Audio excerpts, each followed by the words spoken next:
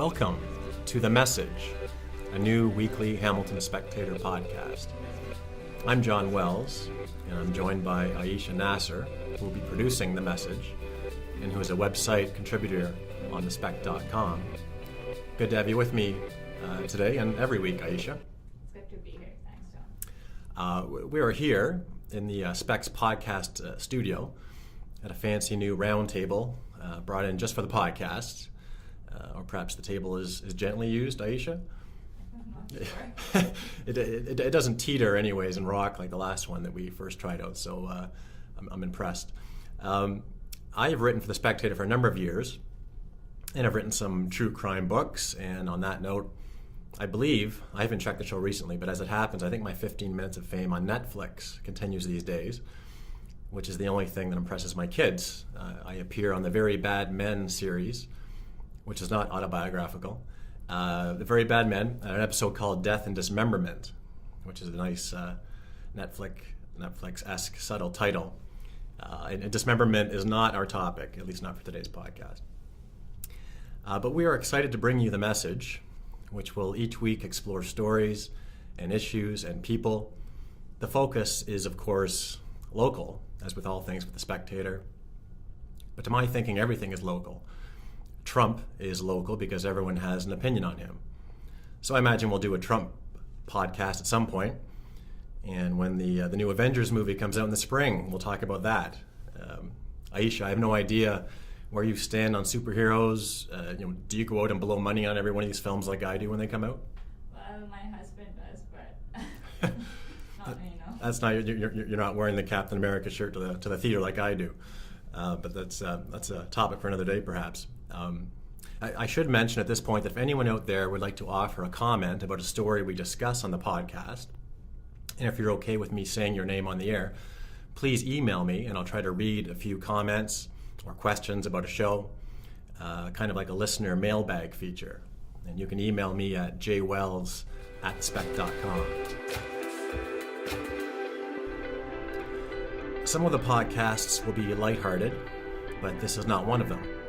This one is heavy. It is titled Painkillers, about the opioid crisis in Hamilton. I covered an event last week at Leuna Station called Our Future Hamilton, where the medical officer of health, Dr. Elizabeth Richardson, described a situation where in Hamilton, the rate of opioid-related deaths last year was 72% higher than the national average. So I thought this would be a good topic, perhaps for the first podcast here on The Message. First, some context. To offer just one measure of how prevalent the issue of opioid addiction and opioid overdose-related death has become, let's consider how often the antidote, which is a medication called naloxone, has appeared in articles in The Spectator. Naloxone is now carried for emergency use for patients in the field in crisis by not only paramedics, but Hamilton police officers and firefighters as well. It is administered either through injection or nasal spray to counter the overdose effects of opioids like fentanyl and oxycodone. In the Spectator's database, the word naloxone has appeared in 46 stories already in 2018. It appeared in 54 stories last year, 31 in 2016, and a few times here and there in the years before that, but 0 times prior to 2003, even though the medication was approved for use by the U.S. Food and Drug Administration in 1971. The whole notion of treating chronic pain as opposed to acute pain really only began as a field in medicine in the 1960s. There's an article in the Canadian Medical Association Journal, and it says that in the 1980s, physicians started to lobby to prescribe opioids for chronic pain relief. The word opioid comes from opium, and the growth of opium poppies goes back thousands of years when it was cultivated in Southwest Asia. The way opioid drugs work to numb pain is they bind to and activate opioid receptors on cells located in the brain, spinal cord, and other organs in the body, especially those involved in feeling pain or pleasure. When they attach to these receptors, they block pain signals sent from the brain to the body and release large amounts of dopamine throughout the body. This release can strongly reinforce the act of taking the drug, making the user want to repeat the experience. The misuse of opioids can cause slowed breathing, which can cause hypoxia, a condition that results when too little oxygen reaches the brain. But there were those in the medical field back then who argued that there was a, quote, low incidence of addictive behavior associated with opioid drugs, which is an assessment that, in hindsight, certainly proved to be terribly wrong. In 1995, the Spectator ran a story out of the US that said that, quote, new and powerful substances would revolutionize pain treatment for chronic conditions such as migraines and arthritis. The new powerful substances were addictive opioid medications. And here we are in a crisis in Hamilton, and in Canada and the US broadly speaking, the two countries with the heaviest per capita opioid consumption in the world. My first guest today that we're going to talk to on this issue is Joanna Frketich, the Spectator's health reporter, who has covered the issue of opioid addiction extensively over the last couple of years. Thanks for being here, Joanna. Thanks for having me. So your most recent story, there have been many, your most recent story about opioids was headlined, Surge in Opioid Emergency Visits, more than five-fold increase over the last 12 years. So your story sounds the alarm that the crisis is arguably hitting the Hamilton area harder than anywhere else in the province. Just how bad has it become? Well, this local health integration network, so that includes Hamilton and Niagara and Brant, it just jumps off the page at you when you look at Public Health Ontario numbers. So they have an interactive tool that you can go online and you can look at things like emergency department visits for opioid overdoses. And the numbers are absolutely staggering. So for this area, for our LHIN, we had 91.9 emergency department visits per 100,000 population in 2017. The provincial average is 54.6. Wow. So that is, I work with numbers a lot, and it's very rare you see one area that far off the provincial average. But what else really jumps at you is the absolute, the rise in a year, the increase in a year is also something that you don't see this steep of an increase. So again, that number was 91.9 for 2017. In 2016, for this LHIN, it was 53.4. So that shows there's been a very steep rise in emergency department visits. And, you know, when you look at it, it's a lot of people that are affected by that. Like that, it translates into 1,361 emergency department visits across this area. So it's a big number, and with the way that it's rising, it's something that we really need to take a look at to see, you know, why this area is being impacted so much by this crisis, and maybe what needs to be done here and what's driving it. Right. Now, and there's, you know, as you point out or allude to certainly in your stories, that there are layers to this in terms of the domino effect, the ripple effect of this. I mean, you have obviously the patients who are addicted and who have died or are struggling with that, but there are other victims in this as well in terms of, you know, children and the impact on the system. What about that? Well, absolutely. I mean, when you look at, you know, the LHIN is quite a big area. So when you look at the areas that are really driving these numbers in the LHIN, it would be Hamilton and Niagara and Brant. Those are the three areas that have among the highest rates for emergency department opiate-related visits a year. And so when, you know, if you talk to the Children's Aid Society in Brant, they are now at a point where opiates are involved in some way in a quarter of their cases. So that is families where there's an addict in the family and the kids are affected, basically? Yes. So they're involved with that family in some way, and it's now reached, you know, 25% of their cases is a really big number. The other way that you can see it with the Children's Aid Society is that in Brant, their numbers should actually be decreasing a bit because Six Nations now has its own Children's Aid Society that used to fall under the Brant umbrella, and now it's its own. So you might expect to see, you know, as Six Nations takes on more of its families, that you would expect to see those numbers decreasing. Instead, the Children's Aid Society is seeing its numbers increase by quite it's seeing its numbers increase by quite a bit, and they absolutely feel that is due to the opiate crisis. That is, when I talked to the executive director there, he said that he really feels that this drug crisis is what is driving their numbers continuing to increase to the point that they actually are short of foster homes in Brant, and they have started a campaign to try and get more people to become foster parents because of the amount of children that they've had to take into care. It's gone up by quite a bit. It was just under 300, and now it is almost at 350. So it's a big difference. Oh, it's amazing. And we were talking off air before the show about another angle that I hadn't really considered, but the people that opioid chronic pain medication was intended to help were patients suffering from chronic pain, and obviously that there are positive impacts of this type of medication.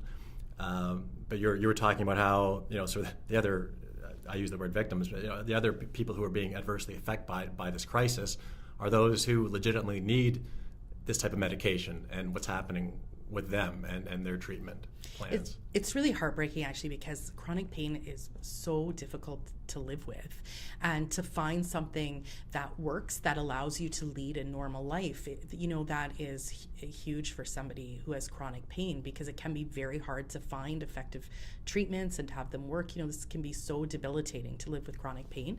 But I probably hear, definitely weekly, sometimes daily, from patients who feel really abandoned by the medical system. So these are patients who are legitimately on these medications and, who were prescribed them by doctors. They are not abusing them. They're taking the dose that they're supposed to be taking. They're not selling them. They are legitimately using these medications for their pain, and it is actually providing them with a quality of life that they can work, they can raise their families, they can actually function. And once the guidelines came out, there were guidelines that came out that were done actually in Hamilton by McMaster University. They were led by McMaster, and these guidelines sort of suggested that patients should only have a certain potency of opiates.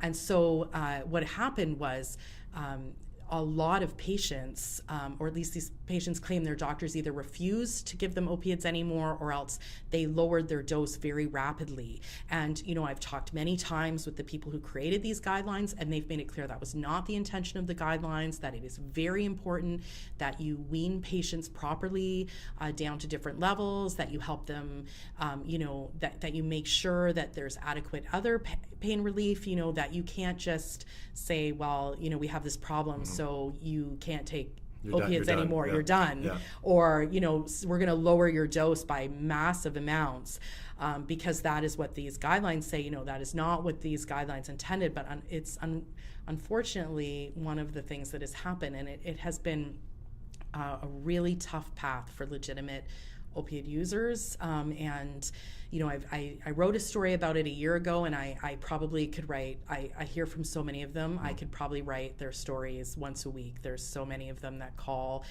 looking for help, or trying to find out what they could do, or trying to raise awareness or make doctors aware of the big hardship that this puts on legitimate users. And in fact, there is a lot of concern that what happens when you go off of, when you have this problem, that you were on opiates and they were working well, and then suddenly you're taken off of them and you're weaned, that the concern is that they will turn then to the black market.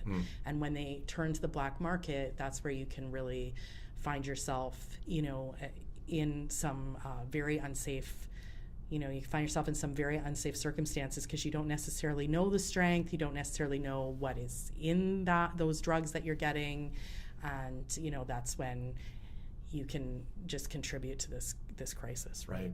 I said in my lead-in to the piece here that I mentioned the Spectator's covered news about how not just paramedics now, but police officers and firefighters carry naloxone kits with them. Yes, they do. To use in the field.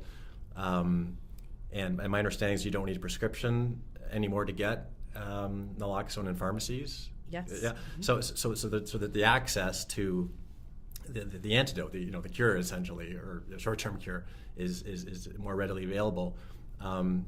Is there anything else going on locally in terms of our strategy for dealing with this, or is that sort of the road we're going down? Is just trying to make naloxone more available, and do you think this is the way to go? I mean, it really feels to me like the genie is out of the bottle on this one.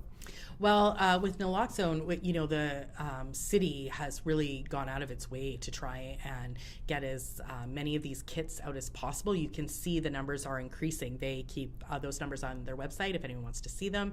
And so far in 2018, they have distributed 4,641 of those kits. Over 4,000 kits? Yes. Wow. So far, that's just so far in 2018.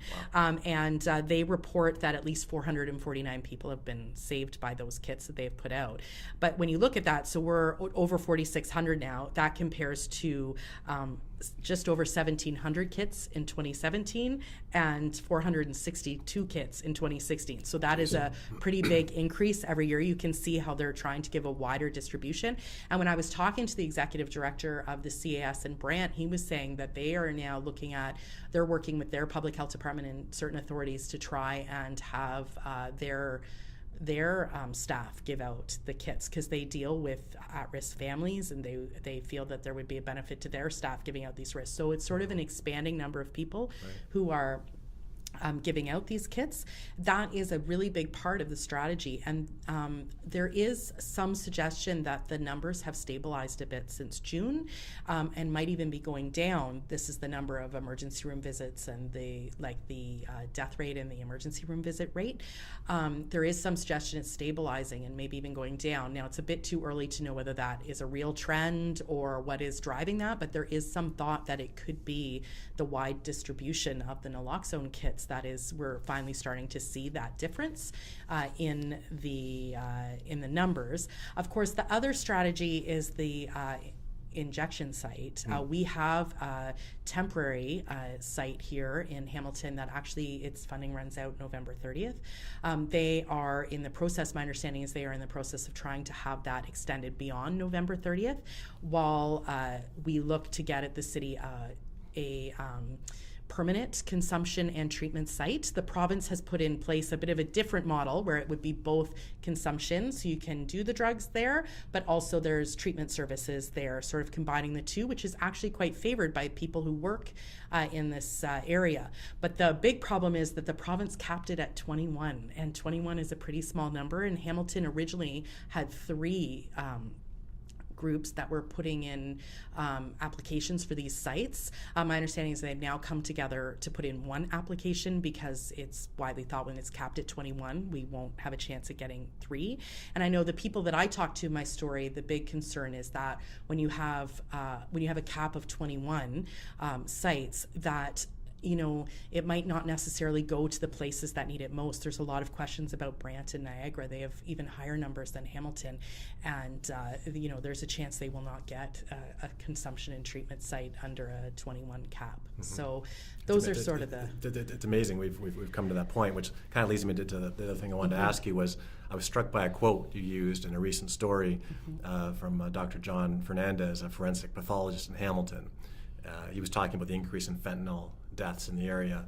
What was the phrase he used to talk about the impact on this? Well, he called it a lost generation. A lost generation. It really stood out. I went to go hear him talk. It was actually in an anatomy conference where there was anatomists from all over the world actually here.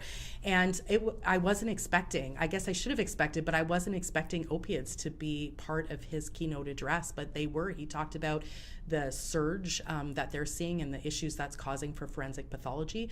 But, afterwards when he talked to me, he said the real concern is this lost generation, and it's of, people between the ages of 25 and 45. It's around that grouping. Mm-hmm. And it's, that it makes sense that you're seeing those issues with the Children's Aid Society, because those people, that they're parents, they're people who would normally be working and, contributing in society. And the other thing he talked about, how this is a very different public health crisis than some others, because you see it really cross socioeconomic lines, that there isn't, one group that is not affected by this. There might be some that are more vulnerable. Definitely, in certain parts of Hamilton, especially downtown Hamilton, we see a bigger issue. Like, we see higher numbers there. But really, this is a problem that it transcends, crosses all those lines, crosses all the lines, and you. There's no code red neighborhood on this one. It's all over the place. Yeah. No, not necessarily. There might be some areas that are a bit more vulnerable, but overall, it's really something that affects everybody. Well, Joanna Frketich, a health reporter, The Spectator, I appreciate you talking with us today on the inaugural edition of The Message, and I'm sure we'll talk again about this, which is both a good and bad thing, but thanks for joining us. Well, thanks so much for having me. And that's The Message for November 21st. Again, if you are a listener and have a comment you'd like to make about any of our topics, and you'd like your name read along with that, send me a note. I'll try to read it on the show sometime. You can send them to me at jwells@thespec.com. My thanks to Joanna Frketich, and as always to Aisha Nasser, and to you out there for listening. I'm Jon Wells, and we'll talk to you later.